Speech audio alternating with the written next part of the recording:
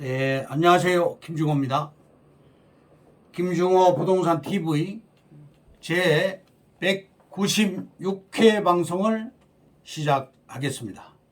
오늘의 방송 주제는 부동산 투자의 종착역, 토지 소액으로 역발상하자, 이런 주제입니다. 시작하기 전에 좋아요, 구독, 알림을 눌러주시면 더 좋은 방송으로 보답할 것을 약속해 드립니다.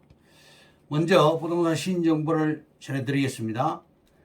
조선일보의 양범수 기자가 2월 1일자로 보도를 했습니다. GTX D 노선 원안대로 Y자로 건설하겠다고 공약. GTX에 관련된 공약은 이재명 후보, 윤석열 후보가 다 비슷하게 공약을 하고 있습니다. 지난달에 언급했지만 윤석열 후보가 강화도를 찾으면서 거듭 강조를 했습니다. 윤석열 대선 후보가 수도권 광역 급행철도 GTX D 노선을 원안대로 Y자 노선으로 건설하겠다고 밝혔다. 지난달에도 GTX D 노선에 대한 구상을 밝혔지만 이날 인천 강화군을 찾으며 거듭 강조한 것이다. 윤 후보는 보도자료를 통해 GTX D 노선을 인천공항에서 영종, 청라, 가정, 작전, 부천운동장 노선으로 건설해 현 정부에서 변경한 GTX D Y자 노선 체계를 완성하겠다고 발표를 했습니다. 이는 지난 1월 7일 발표한 수도권 30분 출근 시대를 연다. 2기 GTX 3개 노선 추가 건설과 관련한 공약이고, GTX 관련 공약은 이재명 후보와 윤석열 후보가 서로 비슷한 연장과 신설 노선을 발표를 했습니다.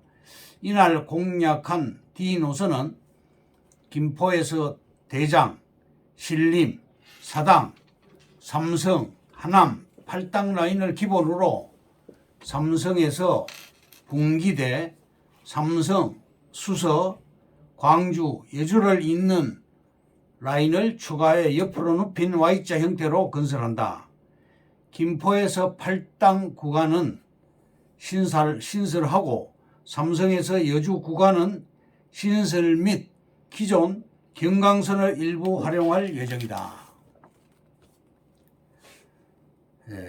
중부일보의 김준석 기자가 2018년 7월 19일자로 보도한 내용이 있습니다. 광교산의 눈물, 규제 풀어버린 용인시 난개발을 부추겼다. 경사도 제한, 수원, 의왕시는 10도, 용인시만 최고 25도까지 완화를 했다. 광교산 주변 4개 지자체 개발행위 허가 기준이 수원은 10도, 성남 12도, 의왕 10도, 하지만 용인은 25도로서 최고 기준으로 상당히 높은 편입니다. 용인시 수지구 고기동 광교산 일대 경사도 25도 개발 규제 완화, 노인 복지시설 아파트를 13개 동을 건축을 허가를 했습니다. 경기일보의 최혜영 기자와 안노연 기자가 금년 1월 31일자로 보도를 했는데요. 평택의 새 관문, SRT 지제역, 서울 수서까지 20분 만에 오케이. 논밭이었던 지제역 일대 SRT가 들어서며 대변협, GTX C 노선도 기대감, 사통팔달 새 교통 중심지로 성장하고 있고, 현재 평택시가 추진 중인 GTX C 노선 연장도 기대감을 키우고 있다. 수원역에서 지제역을 잇는 노선 29.8km가 완공되면 지제역에서 GTX 열차를 타게 된다. 다음, 한경 안상미 기자가 1월 27일자로 보도를 했습니다. 서울역 북부 역세권에 38층 전시호텔 업무 복합단지가 들어선다. 서울시에서 세부 개발 계획을 수립해서 내년에 착공을 하고 2026년에 준공할 계획이며, 도심과 강북권 최초로 2,000명 이상 수용 컨벤션 시설이 들어서서 2,900억 규모 공공기여금을 마련한다. 서울역 일대 인프라를 확충을 한다는 그러한 내용입니다. 대선 여야 후보들의 부동산 공약에 대해서 말씀드리겠습니다. 여당은 집을 311만 채를 건축을 하고, 야당에서는 250만 채를 건축하겠다. 서울시가 70년대부터 80년대 아파트 등 집 건축을 2019년 통계 자료상 150만 채, 인구가 지금 980만 명이죠. 150만 채를 4인 가족으로 봤을 때 600만 명이고 상당히 집이 부족한 편입니다. 서울 집은 60년간 150만 채를 지었고, 서울 시내는 땅 부족으로 건축이 불가능합니다. 이재명 후보는 4종 주거지를 신설하겠다고 공약했습니다. 용적률이 3종은 300%, 4종은 350%로 건축을 한다는 그런 내용인데요. 주공 아파트 5층짜리가 28층짜리로 재건축을 할 경우 23층을 더 수용이 가능한 것이죠. 엄마 아파트를 서울시에 43층까지 지을 수 있도록 재건축을 요구를 했습니다.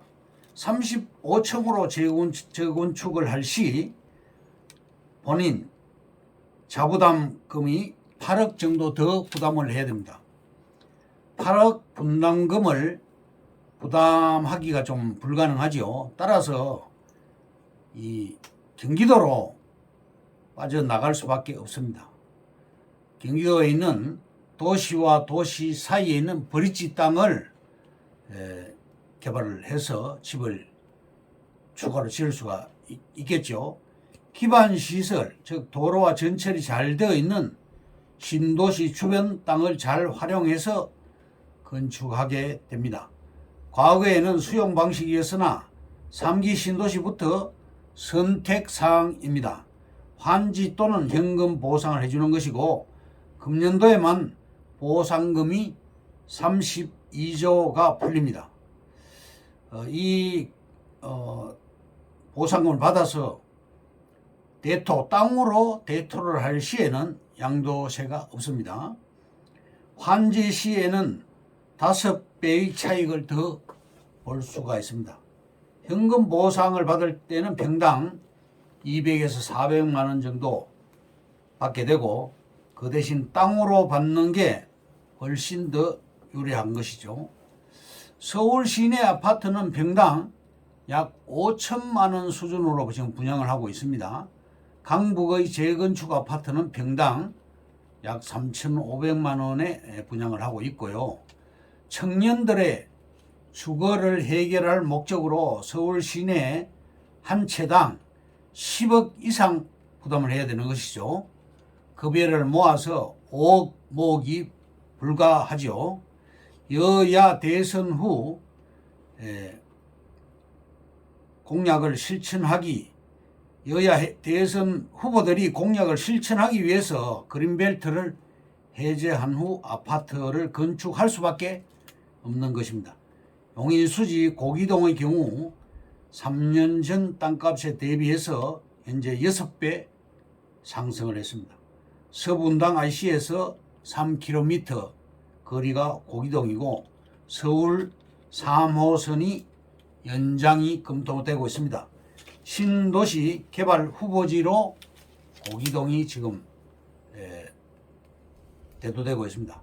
오늘의 주제인 부동산 투자의 종착역, 토지, 소액으로 역발상하자, 여기에 대해서 말씀드리겠습니다. 첫째, 은행 적금을 깨고 땅을 사라. 둘째, 모든 산업과 재화의 근본은 부동산이고 기본 재화는 땅이다. 돈 벌어서 부동산 사지 말고 부동산 사서 돈 벌어야 한다. 셋째, 경험이 부족하므로 투자할 기회를 놓칠 수 있다. 결단력이 중요하다. 네 번째, 토지 매매 전문 업체에 대하여 무조건 불신을 하면 안 된다. 10년 이상 유지한 회사를 찾아서 신뢰를 하면 되겠습니다. 12번째, 가난할수록 부동산이 답이다. 부자는 운명이 아니라 선택이다. 13번째, 유라시아 이니셔티브, 서해선 복선 전철 역세권, 서해안 평화 관광벨트 중심지를 꿈꾸는 송산 그린시티의 관문 송산 역세권이 유망합니다. 14번째, 정말 대박 수익은 토지에서 나온다. 부자가 되고 싶다면 토지 투자가 정답이다. 소액 토지 투자로 흙수저를 탈출하라. 부동산 투자의 종착역 토지, 소액으로 역발상하자. 이것으로 김중호 부동산 TV 제 196회 방송을 마칩니다. 감사합니다. 김중호였습니다.